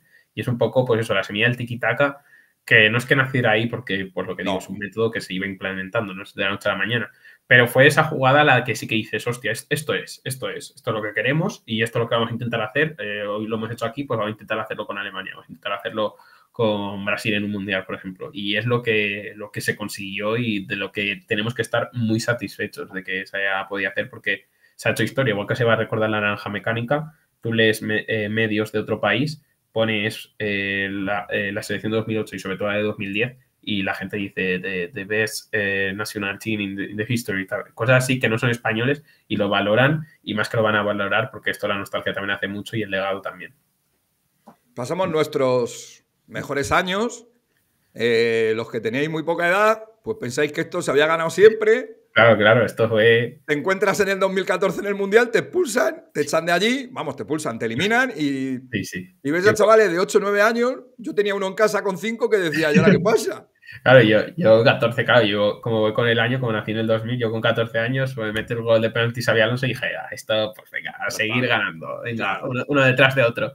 Y claro, luego pasa ese golazo de Van Persie y demás y dices, ¿qué ha pasado aquí, no? Y luego ya lo de Chile y demás, y ya empieza esto de cambiarte la cara, como los memes estos, ¿no? Que empiezan a volverse negros. Sí. Y ya 2016 y tal, pues ya un espectáculo, ¿no? Es que lo bueno se acaba, lo malo también. Sí, lo malo nos dura 44 años, eso sí. Claro, dices, joder, lo bueno, esta vez no tuvimos que esperar tanto del 2008 en el 2010, campeones del mundo, no hace falta que hablemos de esto porque el que está al otro lado, sabe perfectamente de lo que hablamos. Vicente del Bosque llega, coge la herencia de Luis y Del Bosque hace una cosa que creo que es decisiva para que aquello funcione, que es continuar lo que estaba haciendo. Es decir, no tiene sentido hacer ningún cambio, aunque a lo mejor el estilo Del Bosque no fuera exactamente el del que había impuesto Luis. Él lo va adaptando poquito a poco, pero no hay tantos cambios. Llegamos al Mundial, se gana con el milagro de turno de Iker Casillas y el gol de Iniesta. Nos vamos a la Eurocopa y en la Eurocopa jugamos uno de los mejores partidos que yo recuerdo a la selección. Es un aplastamiento. Aunque a mí me hubiera gustado ver, yo siempre lo digo, o sea, porque en las semifinales Balotelli hace el partido de su vida, o sea, a veces digo, jugadores que han hecho el partido de su vida, me acuerdo de Balotelli contra Alemania, la famosa celebración, pero habría que haber visto a Alemania en la final contra España, ¿eh? No quiero decir que hubieran ganado, pero las veía mucho más preparadas que Italia. O sea, yo cuando llegó Italia, yo estaba convencido, o sea, no me sorprendió para nada el 4-0, estaba convencido que iba a arrollar España, pero Alemania, recordemos ya lo de 2008-2010, pues, y aparte Alemania en sí, ¿no? Como gen competitivo que tienen. Y hubiera sido una final bastante curiosa, pero mira, el destino quiso que Balotelli hiciese partido y lo que digo, en que llegaron dije, no me sorprendería nada que este partido acabe en un festival y como fue. O sea, el fútbol total que anhelaba Rinus Michels, yo creo que lo vimos ese día. Ese día, sí. Bueno, tuvimos a los alemanes como rivales en el 2008, tendrían que haber sido los rivales del 2012. Alemania empieza a girarse hacia España, que es una cosa que a mí me llama mucho la atención.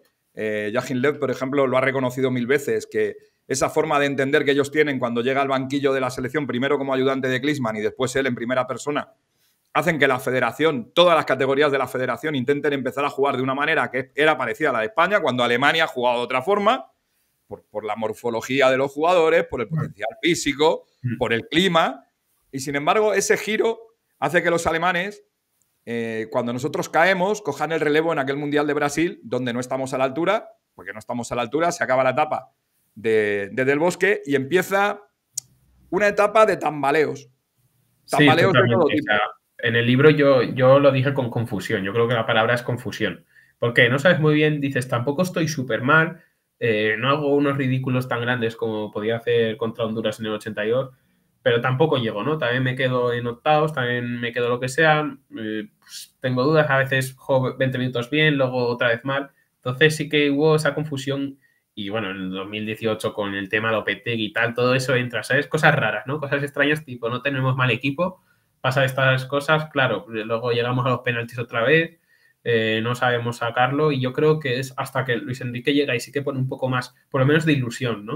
O sea, de que dices, es un entrenador contrastado y puede que sea lo que haga falta a España, pero hasta ese momento, pues desde 2012, desde que se acaba eso, ya con el Mundial y demás, pues ya empiezas a hacer eso, lo que digo, algo muy extraño, luego también lo de la Copa Confederaciones de Brasil, cuando Neymar se luce y eso, pues ya empiezas a tener ese resabio de que algo no va bien y se ve durante el resto de la década. Sí, tuvimos un momento también, yo lo viví en in situ, en el entonces Wanda Metropolitano de Madrid, aquel partido contra Argentina, la Argentina de Messi no juega, aquel equipo de Lopetegui, yo no he visto jugar a España de una forma ni parecida. No era un tiki-taka porque había jugadores de muy buen pie, había jugadores de tener mucho la pelota, de moverlo, de como hacer... Isco y demás, ¿no? Están por ahí. Pero aquel proyecto de Lopetegui alguien me lo robó. Alguien me lo robó por una decisión que no voy a entender nunca en el mundo del fútbol. Esto es business y siempre ha sido así.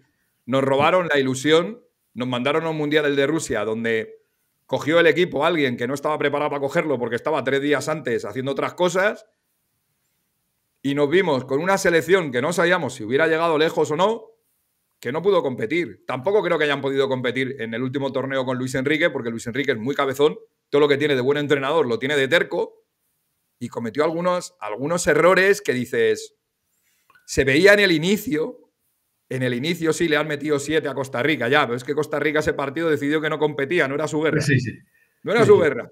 Te has hinchado a meter goles y dices, ya, pero este equipo con esta configuración va a llegar el día importante, y llegó además contra un rival inesperado como Marruecos, y no vas a estar a la altura. Ya, y era pura cabezonería en la convocatoria, en la forma de llevar el equipo, en este es mi equipo, yo digo esto, y yo creo que eso con Luis, durante años, tuvimos esa tranquilidad de decir, oye, mira, yo creo que los que van, a ver, siempre pasó lo de Raúl, pero una vez que ganas, y con Raúl no has ganado nada, la razón la tiene el que ha dejado fuera a Raúl. ¿Será duro? Claro. Sí, será duro porque no se lo merecía Raúl, pero es que contigo no hemos ganado. Sí, y ahora sí ganamos. Al final. Sí. Son hechos. Hubo buenos partidos, de hecho, ves ahí se ve un poco, ese es el 6-0 contra Alemania, esa portada que tengo ahí, porque vale que era también en una época de coronavirus y tal, pero 6-0 Alemania, o sea, sí. A alguien que le guste un poco la historia y se haya informado, o sea, verá lo difícil que es que Alemania sucumba de esa forma. O sea, dije, yo esta portada me la tengo que comprar sí o sí. Más eso, yo siempre digo que yo admiro mucho a Alemania, la selección más regular de la historia, en mi opinión. He llegado a vivir allí un poco también y demás, porque me gusta también la cultura y demás. Pero eso, cuando se consiguió, dije, impresionante. Y eso ya es un poco los mimbres que podía haber, sobre todo para la Euro, como se demuestra, ¿no? Que se llega a las semifinales y tal, sí que es verdad, puede casi tal, pero como dices, cómo se ganaba, pues mira, de momento la razón para Luis Enrique llega a la semifinal y tal, aunque también es cierto que en esos penaltis yo también dije, va, esto es... O sea, yo veía a Donnarumma muy grande, nosotros muy pequeños y era complicado.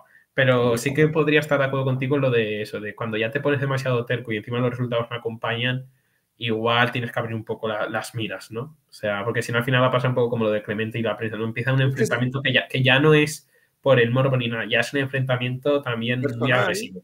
Muy agresivo que parece que te van a tirar el micro en la cabeza y viceversa. Pues es que al final Luis acaba tan desquiciado con la prensa que se abre su canal de Twitch para dar ruedas de prensa. Y las ruedas de prensa, fíjate lo que son, él sabe que los periodistas, o muchos periodistas pueden estar incluso condicionados, como pasaba con Clemente, que iban a preguntarle cosas que no tenían nada que ver con aquello. Sí. Iban a hacerle la rueda de prensa difícil para sacar el titular y decir, mirad lo que ha dicho Clemente, que no mañana no va a llover. Hay que ver, qué mala persona. Luis Enrique lo sabe, que le van a hacer ruedas de prensa complicadas y dice, ya no hay más ruedas de prensa. Y prefiere exponerse a un chat en Twitch, un chat que entiendo yo que habrá alguien que lo filtre, porque yo no sé cuánta gente debíamos estar viéndole, pero si había 40 o 50.000 personas mandando mensajes, imagínate la locura. Y prefiere contestar esas preguntas para decir, yo no tengo nada que esconder. Vamos a ver, eres el seleccionador de España. Sí. Donde tienes que dar explicaciones es delante de un micrófono. Si no quieres admitir preguntas de la prensa, no. Pero es otro formato, porque al final un streamer, pues no eres nadie, el único medio que tienes es este, estás aquí hablando con amigos habitualmente, disfrutando de la lectura o disfrutando de lo que sea que disfruten otros canales, y al final dices, pues este es el medio que tengo, el tío como Luis Enrique. Entonces vas y das tú las explicaciones antes del partido y entonces estás tú pendiente de... Eso es lo que no me gustó. Luego, él lleva su equipo, que es algo que no termino de entender, porque al principio, como nos cuentas en el libro, teníamos un seleccionador y un entrenador, y es algo que no se hace. Tú tienes que tener a alguien que te seleccione los jugadores y decir al entrenador, estos son los que llevamos, porque este es el consenso. Somos 5 aquí para determinar quién va. Y que hagan una convocatoria, porque es que hay veces que es que esa fijación que tienen, no, a este no le llevo, porque yo ya he dicho que no viene, porque es de camas y porque tiene 5 Champions. No me da la gana de llevarlo. Y no lo llevas aunque sea el mejor que tengas. Te da igual, ya es una cabezonería. Porque ahora no ganas. Si tú ganas esa hora, Chitón. Sí, la gente se calla, pero dices, como no acompañan los resultados... No estás sí, has ganado la Nations League y tal, pero la Nations League al final la gente es una competición que hablábamos con el Mundial. Dentro de 10 años diremos, joder, éramos la leche. Hemos ganado una y hemos perdido otra por un error en el reglamento. Sí, pero de momento sigue todavía en pruebas, ¿no? De a ver hasta dónde llega. Tampoco me sorprendería que de repente digan, pues ya no se hace más. O sea, porque esto también va un poco así. O sea, igual que la Copa Confederaciones. Ya de repente yo ni me enteré de la noticia hasta que un día dije, anda, si ya no se hace. O sea, ya no se hace. Pero existe como tal. Y esto por eso digo, está ahí un poco de pruebas y mejor ganarla ya que la juegas, como se decía, pero... Pero no ves que haya una manifestación mañana porque no has quedado clasificado para la Nations League y dices, al final has pasado al grupo 2 y dices, oye, que hemos ganado una y hemos perdido otra. Pues tampoco pasa nada. No has visto a nadie saliendo a Canaletas, ni a Cibeles, ni a Neptuno, ni a la Pilarica allí, toda la peña allí, venga, hemos ganado. No lo ves, no lo ves. Bueno, te iba a preguntar que para dónde va esto, pero como de momento adivino no eres, escritor top sí, pero adivino no te veo yo. Ojalá. Espero que no 44 años, eso espero que no. No, esperemos. De momento se nos rompió porque fue en el año 2, después del título, el año 2, a los 2 y a los 4 años. Fue una maravilla. Ojalá que se repita y que las generaciones posteriores sepan lo que tenemos y lo difícil que es ganar, porque han sido un siglo de situaciones complicadas. La historia de la selección absoluta, a ver, no puede ser breve porque es un siglo. Es que además está lleno de situaciones de picos, de muy arriba, muy abajo, grandísimos jugadores que se han ido sin premio. O sea, al final tú ves el palmarés de Puskás, de Di Stéfano, de Luis Arconada, del Chopo, de Juanito, de no sé, es que estoy intentando variar de equipo para que no me digan que solo estoy pensando en unos, ¿vale? De Satrústegui y de toda esta gente dices, estos tíos han sido leyendas de sus clubes y luego tienes uno que ha entrado en el último momento y que además se pasaba el día pidiendo raciones en el bar, por eso lo de camarero, porque estaba ahí porque el hombre no jugaba y dices, ostras, es que ves el palmarés y dices, ¿cómo es posible que tenga mejor palmarés que Di Stéfano? ¿O cómo es posible que tenga mejor palmarés que...? Pues oye, pues porque forma parte de una generación maravillosa, el tío se lo ha currado, aparte de que es divertido o no, divertidísimo. Las celebraciones han pasado a la historia, las de Reina, que además ha podido vengar la afrenta de que su padre fuera el que se comió el gol desde 40 metros ahí en el Olímpico de Múnich, que quieras que no, ya cuando piensas en Reina te acuerdas de este y de lo bueno y no de la desgracia de comerse un gol, que fíjate lo que le significó al Atleti. Bueno, Rubén, yo te voy a ver en Madrid, pero como la gente no sabe que vienes a Madrid y que vas a estar en la Feria del Libro, yo les voy a insistir el día que estés para que todos los que podéis acudir a la Feria del Libro os acerquéis a que os firme el libro el autor. Comprarlo ya sé que lo hacéis, porque si veis estos canales donde hablamos de literatura y deporte, yo creo que la razón de ser nuestra es que ayudéis a los valientes que escriben de literatura deportiva en un país donde se lee tan poquito como España. Bueno, en Italia es peor. Decía Casano, dice, soy una persona que tiene más libros escritos que leídos. De Antonio Casano me lo creo. Sí, claro que te lo creo, ¿no? Vamos, yo creo que escribió el libro mientras estaba comiendo los cruasanes con aquellas dos acompañantes que iba por Madrid a todos lados con ellas, ¿sabes? Que parecía sacado una película de los 70, sí. Bueno, el caso es que vas a estar en Madrid, firmarás en la Feria del Libro, ya os confirmaré fechas porque todavía no está decidido, pero darle las gracias a la gente de tu editorial que se han portado de cine. Nos han mandado no solo este ejemplar, sino el ejemplar que ya, bueno, tiene una persona también muy relacionada con la Federación Española y con el equipo nacional, que es que ese apellido Manjarín se tenía que llevar un premio de un libro y además fue el primero en contestar. Bueno, ya sabéis que Editorial Base, que es la editorial que ha apoyado este proyecto de Rubén, que sé que no va a ser el último, porque, macho, tienes un piquito o tienes una pluma que vamos. Así que os recomiendo que compréis esta breve historia de la selección española absoluta de fútbol o masculina de fútbol, que luego podrás hacer una ampliación al femenino y a la sub-21. Ya, a todo lo que se te refiere ahí. Así que nada, muchísimas gracias por acompañarnos, que nos vemos en Madrid, que tengas mucha suerte porque te lo mereces, vales muchísimo y además que sepas que los comentarios sé cómo van a ir en este vídeo porque he leído los comentarios de nuestra anterior entrevista en Radio Nacional y la gente quedó encantada. Ya no por la edad, porque la edad no es un problema, sino por cómo lo cuentas. Que es que no es fácil enganchar con historias que ya conocemos y haces que la gente no pueda soltar el libro. Así que mi más sincera enhorabuena, Rubén, y darte las gracias por pasarte por aquí, por Cuadernos de Sergio. Sí, muchas gracias por invitarme también. Me lo paso otra vez muy bien, o sea, cómo no. Y para también concluir, pues como siempre digo, que la historia contada de una forma amena interesa y me alegro que se vea que es cierto. Sí, porque ya te digo que es que hay gente que no se da cuenta que se pasa el día leyendo sobre deporte.